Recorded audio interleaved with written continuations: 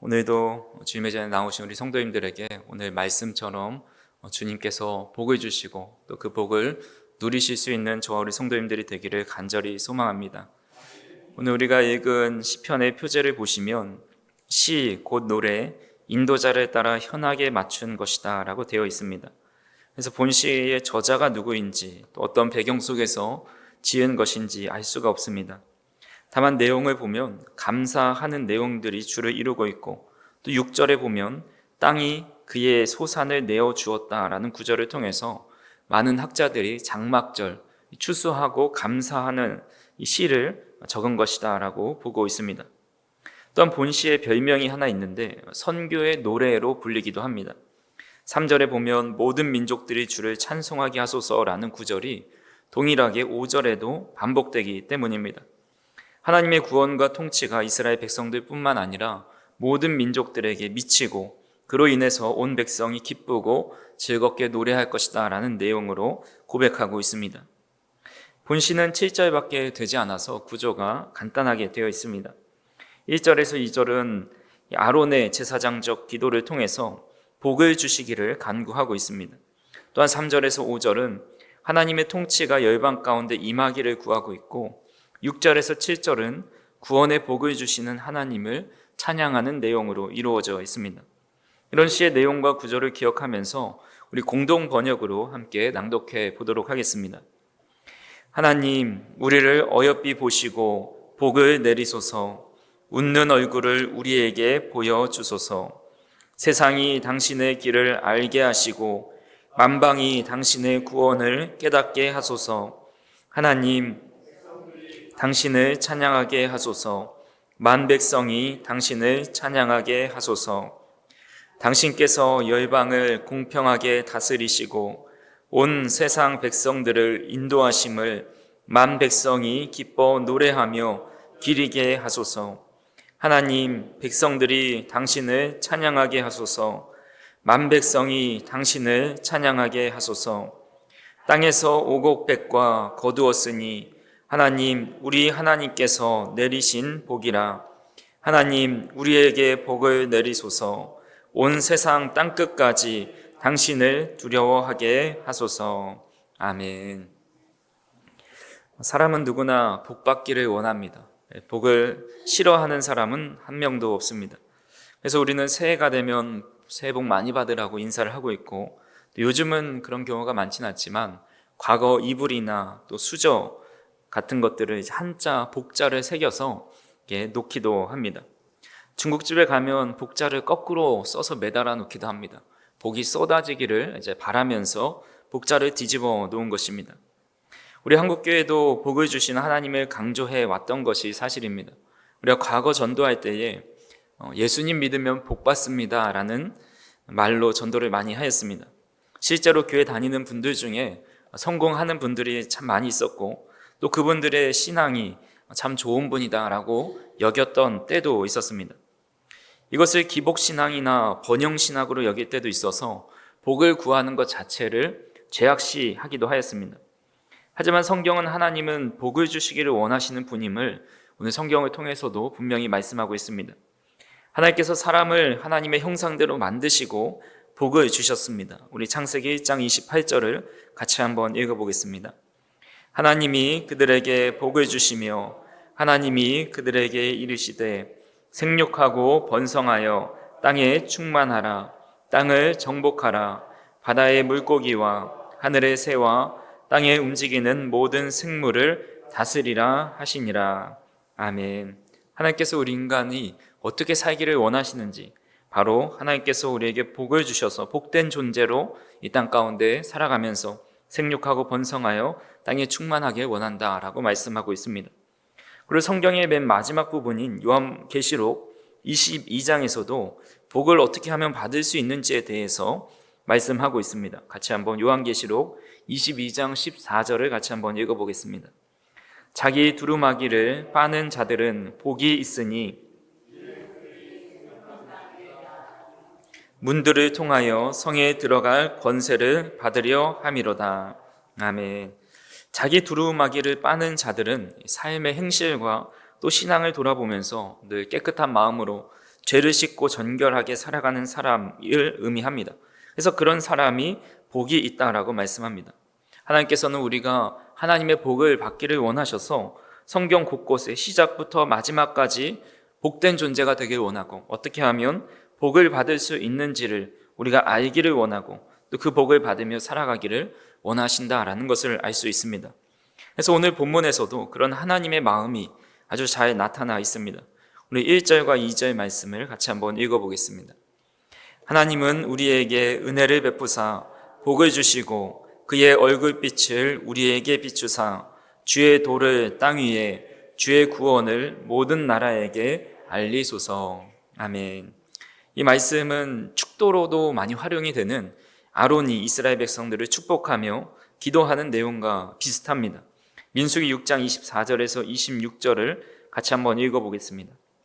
여호와는 내게 복을 주시고 너를 지키시기를 원하며 여호와는 그의 얼굴을 내게 비추사 은혜 베푸시기를 원하며 여호와는 그 얼굴을 내게로 향하여 드사 평강 주시기를 원하노라 할지니라 하라. 아멘.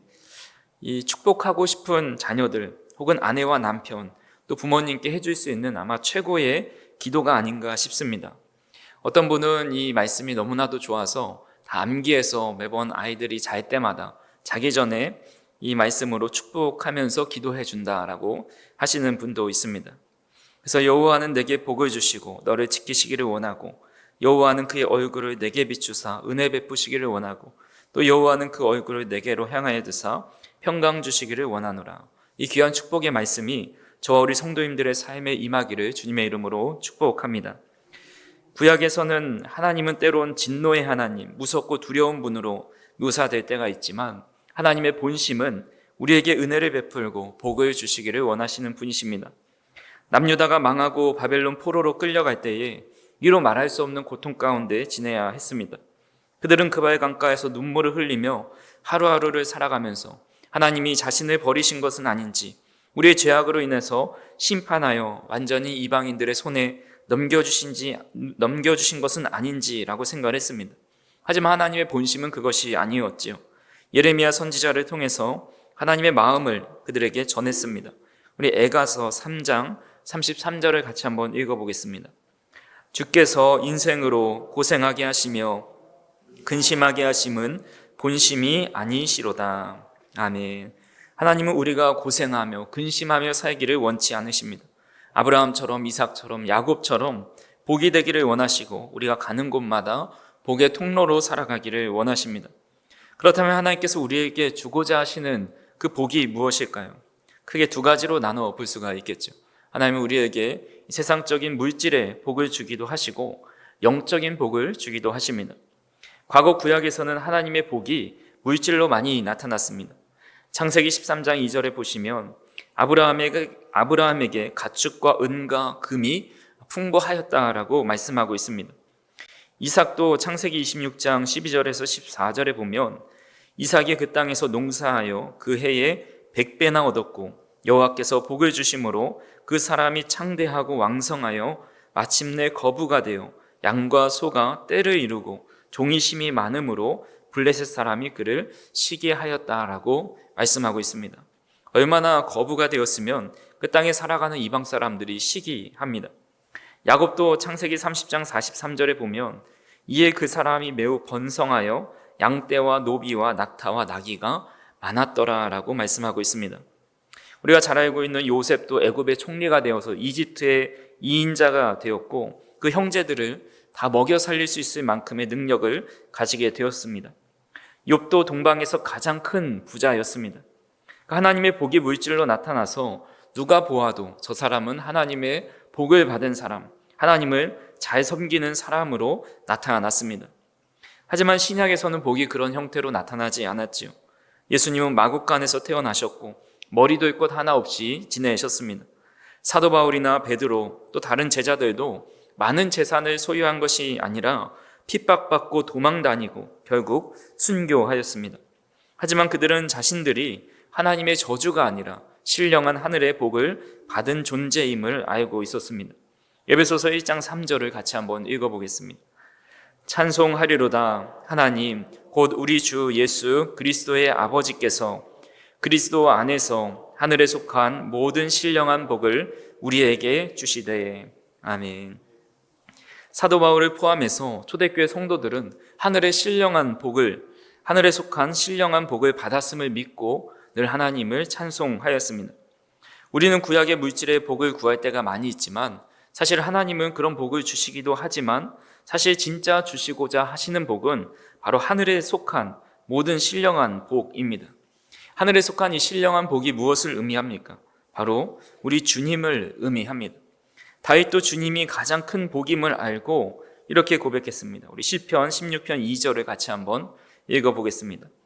내가 여호와께 아뢰되 주는 나의 주님이시오니 주밖에는 나의 복이 없다 하였나이다. 아멘. 다윗은 많은 것을 소유하고 있었고 강력한 군대와 한 나라의 왕이었지만 주님밖에는 나의 복이 없다라고 고백하고 있습니다. 다윗 시대의 찬양 인도를 맡아서 활동했고 많은 시를 남긴 아삽도 이렇게 고백합니다. 같이 한번 시편 73편 28절을 읽어보겠습니다. 하나님께 가까이 함이 내게 복이라. 내가 주 여호와를 나의 피난처로 삼아 주의 모든 행적을 전파하리이다. 아멘. 하나님께 가까이 함이 내게 복이라. 하나님께서 바로 자신의 복이 된다고 고백하고 있습니다. 즉 하나님은 우리에게 물질의 복도 주시지만 사실은 그 물질의 복으로 인해서 우리가 진정한 복을 누리지 못할 때도 참 많이 있습니다. 물질이 많아짐으로 인해서 교만해지고, 물질이 많아짐으로 인해서 간절함이 사라지고, 물질이 많아짐으로 인해서 진정으로 예배드리지 못할 때 그것은 복이 아니라 또 사단이 주는 유혹과 또 시험거리가 된다라는 것입니다. 그래서 요즘 생각해 보면 과거에는 사단이 성도들의 마음을 시험할 때에 고난과 핍박을 주었다고 한다면 요즘에는 아마 평안함 또 부함을 주는 것이 아닐까 그런 생각을 해봅니다. 너무나도 부하고 삶이 너무나도 평안해서 더 이상 하나님을 찾지 않아도 모든 것이 가능하고 돈이면 다 되고 권력이면 다 되고 인기면 인맥이면 다 되는 그런 삶을 살게 하시면서 간절하게 주님을 찾지 못하게 만드는 것이 과연 축복일까 아니면 저주일까를 생각해 보게 됩니다. 하지만 영원히 변하지 않는 신령한 복, 아무리 누려도 변치 않고 더 큰 복을 받게 되는 것이 바로 우리 주님 자체를 우리가 받들고 또 그 주님을 모시고 살아가는 사람이 바로 진정한 하늘의 복을 받은 사람이다라는 것입니다. 그래서 하나님을 소유한 사람, 하나님을 가까이 하는 사람은 모든 것을 가진 사람입니다. 하나님께서 우리에게 가장 큰 복을 주시기 위해서 이 땅에 육신을 입고 사람이 되셔서 이 땅에 오셨습니다. 그리고 우리는 그런 주님을 이미 믿고 있기에 세상에서 가장 큰 복을 받은 사람들이라는 사실을 꼭 믿으실 수 있기를 간절히 소망합니다. 성도님들이 좋아하는 찬송가 중에 93장 주 예수보다 더 귀한 것은 없네라는 찬송가가 있습니다. 이 찬송가는 미국의 유명한 복음성가의 작곡자인 조지 베버리 셰이라는 분이 작곡하였습니다. 이 곡을 작곡한 배경은 이렇습니다. 그분이 젊은 시절에 워낙 음악에 뛰어난 재능을 가지고 있어서 대중음악으로부터 인정받아서 또 그곳에서 성공할 수 있는 기회가 있었습니다. 하지만 그는 어느 주일 아침에 그의 어머니가 피아노 위에 올려놓은 시 한 편을 발견하게 됩니다. 그 시의 내용은 세상의 근과 은, 명예와 쾌락보다 예수 그리스도를 더 소중히 여기겠다라는 신앙 고백이 담긴 시였습니다. 셰이는 그 시에 곡을 붙여서 노래하였고 그것이 바로 지금 우리에게 알려진 주 예수보다 귀한 것은 없네라는 곡입니다. 가사 1, 2, 3절 첫 소절에 보면 주 예수보다 더 귀한 것은 없네라는 것으로 시작하고 또 이어지는 가사를 보면 이 세상 부귀, 이 세상 명예, 이 세상 행복, 세상의 즐거움, 세상 자랑 이 모든 것을 다 버렸네. 주 예수보다 더 귀한 것은 없네. 예수 밖에는 없다라는 고백이 담겨 있습니다. 이 찬송가를 지은 셰이의 고백이 바로 우리의 고백이 되었으면 좋겠습니다.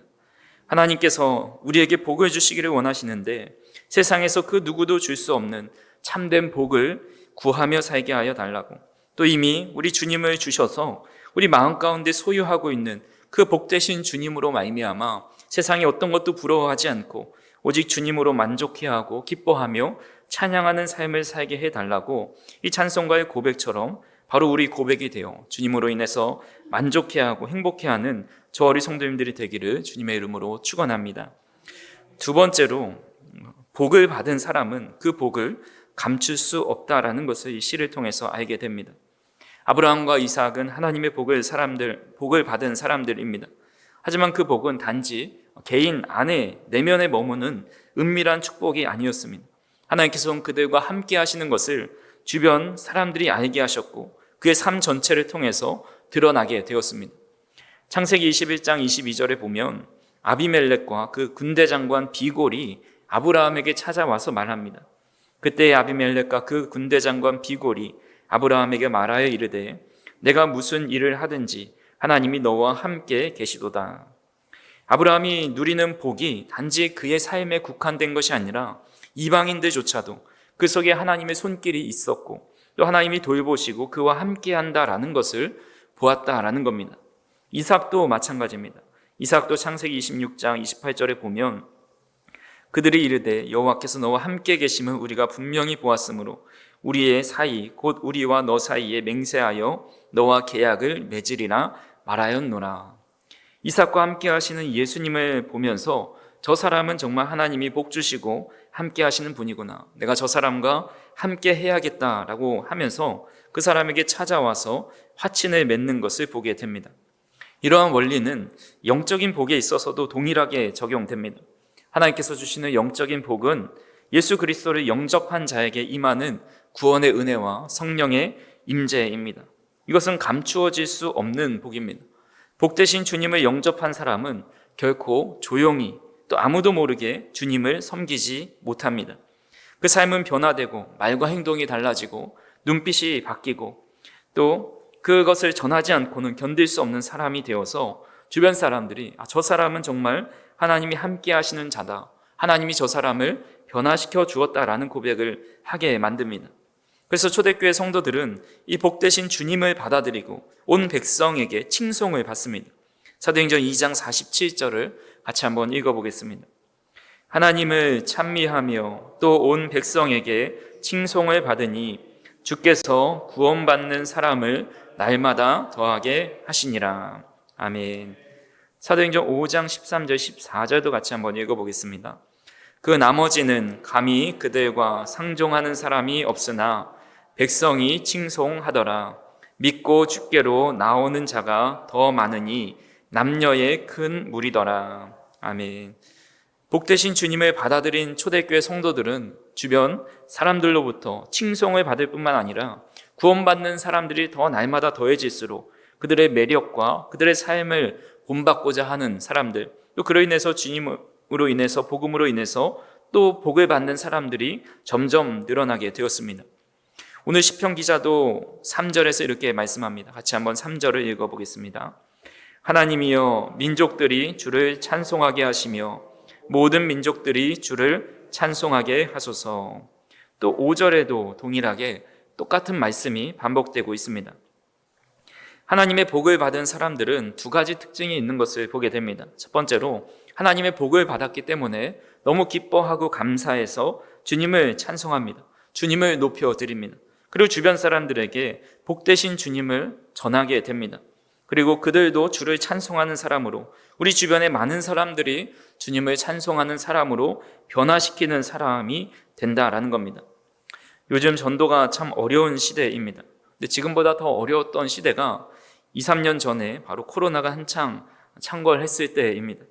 그때 시인이자 교회의 권사였던 김민숙이라는 분이 생수병과 또 마스크에다가 말씀을 적어서 전도하고 또 지인들에게 SNS로 말씀을 전했습니다. 그가 전도를 멈출 수 없었던 이유를 고스란히 담아놓은 시가 있습니다. 그의 시집 내 영혼의 감사라는 책에서 복음의 능력이라는 제목의 시입니다. 전도하면 하나님께서 기뻐하십니다. 전도하면 예수님의 사랑을 더욱 느끼게 됩니다. 전도하면 한 영혼 한 영혼이 구원받고 살아납니다. 전도하면 나부터 먼저 행복해집니다. 전도하여 한 영혼이 돌아오면 하늘에서도 천국 잔치가 열립니다. 전도하면 이 나라 이 민족이 다시 새롭게 태어납니다. 라는 시입니다. 이 권사님은 예수님을 만나면 행복해지고 행복하기 때문에 전도를 할 수밖에 없다라는 말을 입에 달고 살았다고 합니다. 그의 전도의 비결은 여러 가지 방법과 또 여러 가지 노하우가 아니라 주님으로 자신이 먼저 행복해지니까 그 행복을 전할 수밖에 없었다라는 겁니다. 그런 것 같습니다. 우리는 행복한 일이 있을 때 그것을 자랑하고 싶어 합니다. 맛있는 음식을 먹어서 행복했다면 만나는 사람마다 그 음식점 너무 맛있다고 우리 꼭 한번 가보자고 이야기합니다. 회사에서 보너스 받고 승진하면 이번 회사에서 승진했다고 보너스 받았다고 내가 한턱 쏜다고 이야기합니다. 좋은 옷을 사고 시계를 사고 가방을 사면 그것을 입고 차고 다니면서 사람들에게 직간접적으로 자랑합니다. 우리가 유명한 사람을 알고 있어도 그렇습니다. 제가 아는 분 중에 한 분이 아주 유명한 연예인의 경호를 맡고 있습니다. 매니저 겸 경호를 맡고 있는데 그분은 엔터테인먼트와 패션계에서 한 손에 꼽힐 정도로 아주 탑스타입니다. 그래서 그분이 이제 연예인이 사진에 찍힐 때 혹은 영상에 찍힐 때 그 경호원분이 같이 찍힐 때가 있는데 어쩌다가 그 연예인 이야기가 나오면 내가 그 경호 하시는 분 알고 있다고, 내가 전에 섬기던 그 교회 집사님이라고, 우리 같이 학생부 교사도 했었다고 이렇게 이야기할 때가 있습니다. 우리는 유명한 연예인의 매니저만 알고 있어도 내가 누구를 알고 있다고 자랑을 합니다. 그 사람을 직접 알고 있고 또 밥이라도 한 끼 먹었다면 내가 그 사람하고 그만큼 친하다고 자랑할 것입니다. 근데 우리는 이 세상을 창조하시고 만왕의 왕이신 하나님을 너무 잘 알고 있습니다. 그분이 우리의 아버지시고 또 예수 그리스도를 인격적으로 만난 사람들입니다. 그렇게 하나님을 알고 또 예수님을 인격적으로 만났는데 때로는 세상의 자랑과 인맥을 자랑하는 것보다 주님을 자랑하지 못할 때가 얼마나 많은지를 생각해 보게 됩니다. 주님을 복으로 받은 사람은 절대 가만히 있을 수가 없습니다. 주님으로 인해 삶이 변하고 자신을 변화시킨 주님을 나타내며 살 수밖에 없습니다. 혹 어떤 분들은 나는 다른 건 다 해도 전도만은 못한다고 하시는 분도 있습니다. 죄송한 얘기지만 주님을 만나 변화되고 주님을 전하지 않는 사람은 없었습니다.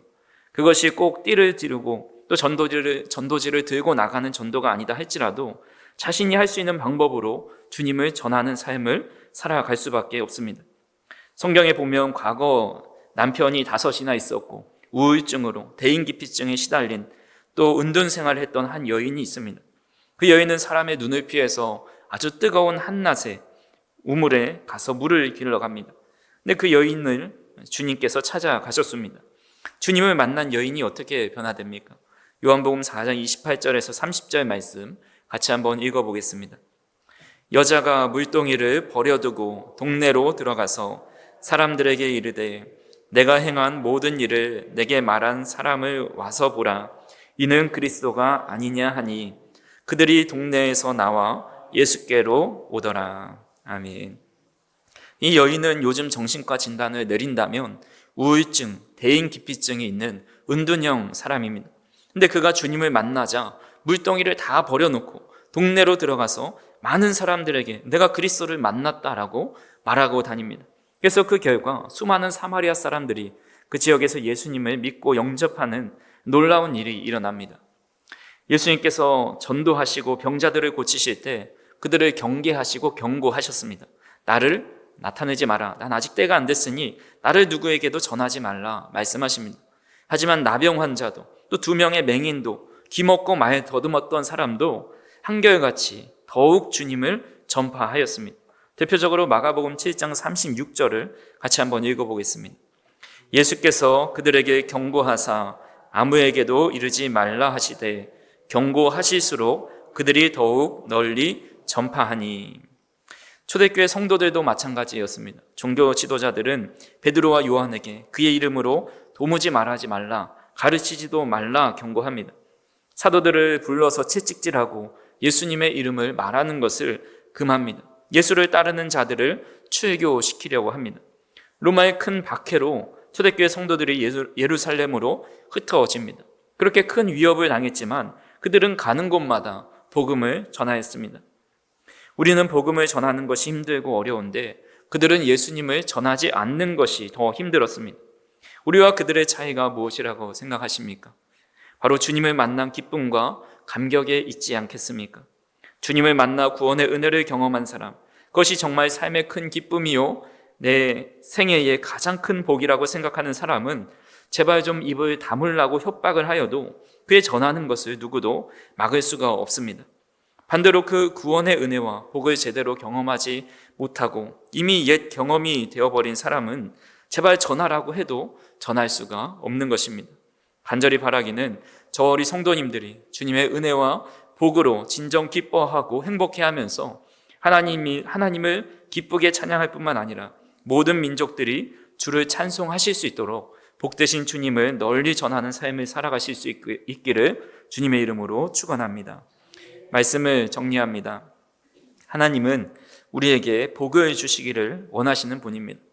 그 복은 단지 물질의 풍요에 그치지 않고 예수 그리스도를 통해서 주어지는 하늘의 신령한 복, 구원과 성령의 충만함과 하나님의 임재와 인도하심이라고 할 수가 있습니다. 이 복을 받는 자는 결코 가만히 감추며 살아갈 수가 없습니다. 그 복은 감춰지지 않고 드러나고 흘러가고 전해지게 되어 있습니다. 아브라함과 이삭처럼 또 초대교회 성도들처럼 그리고 오늘날의 여러 믿음의 사람들처럼 그 사람들의 모습을 통해서 복이 전해지고 또 전달되고 드러나게 되어 있습니다. 세상이 줄 수 없는 참된 복과 주 예수 그리스도 자체를 우리의 가장 귀한 복으로 여기면서 우리가 그 복으로 인해 주님을 찬송하며 살아갈 뿐만 아니라 우리의 삶의 자리에서 어떤 형식으로든지 주님을 자랑하고 높이고 주님을 복으로 여기는 사람들이 더 확장되고 많아질 수 있도록 우리가 그 전달자의 역할을 잘 감당할 수 있는 저와 우리 성도님들이 되기를 주님의 이름으로 축원합니다.